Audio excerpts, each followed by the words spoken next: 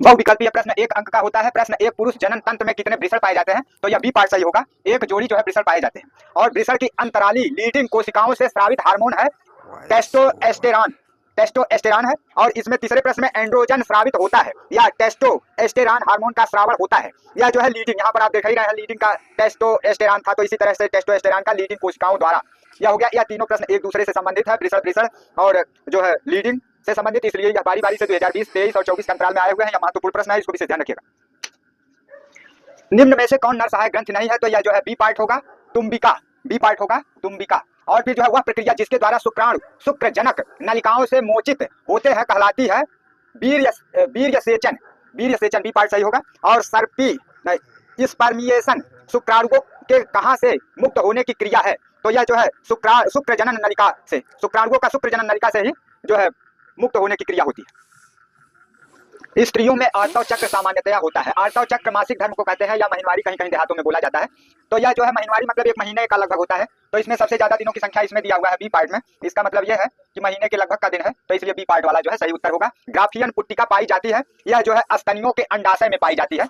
और जो है स्त्रियों में अंडोत्सर्ग नियंत्रित होता है, यह जो है FSH तथा LH द्वारा जो है नियंत्रित होता है। तो इस तरह से इसमें बी पार्ट सही, इसमें ए पार्ट सही, इसमें बी पार्ट सही है। यौन के द्वार पर कौन सी ग्रंथियां पाई जाती है? तो यह बी पार्ट होगा, बार्थोलिन ग्रंथि पाई जाती है यौन के द्वार पर। शुक्राणु जनन किन कोशिकाओं में होता है? तो जनन से संबंधित जो शब्द इसमें दिख रहे हो वही हो गया जननिक उपकला। जननिक उपकला बी पार्ट वाला सही है। निम्न में से किसमें 23 गुणसूत्र होते हैं? तो यह द्वितीयक ऊसाइट में जो है 23 गुणसूत्र होते हैं, सी पार्ट सही है। तो यहाँ देखिएगा, विदलन के अंत में निर्मित कोशिकाओं का गोल ठोस भ्रूण कहलाता है तूतक जो है विदलन के अंत में निर्मित कोशिकाओं का गोल ठोस भ्रूण कहलाता है। मोरुला परिवर्धन की अवस्था युग्मनज व कोरक पुट्टी के बीच की, यह ए पार्ट सही होगा इसमें। स्त्री में अंतरोपण के समय भ्रूण किस अवस्था में होता है? तो यह ब्लास्टुला अवस्था में होता है, बी पार्ट इसका सही है। तो इसमें देखिए भ्रूण का रोपण कहाँ होता है? भ्रूण मतलब जन्म से पहले शिशु को जो है भ्रूण कहते हैं, तो भ्रूण का निर्माण गर्भाशय में होता है, इसको आप जानते ही है। फिर इसके बाद निम्न में से कौन सी रचना भ्रूणीय बाह्य जनन स्तर से विकसित होती है?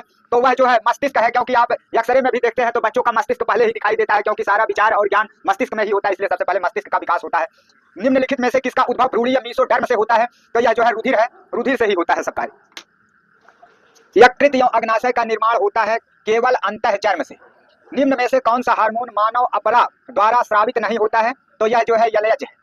प्रसव मतलब होता है यौन से ब्लड का निकलना, जो है प्रसव कहलाता है। तो प्रसव के समय गर्भाशय में संकुचन को कौन सा हार्मोन प्रेरित करता है? तो वह जो है ऑक्सीटोसिन होता है, ऑक्सीटोसिन, ये पार्ट सही है।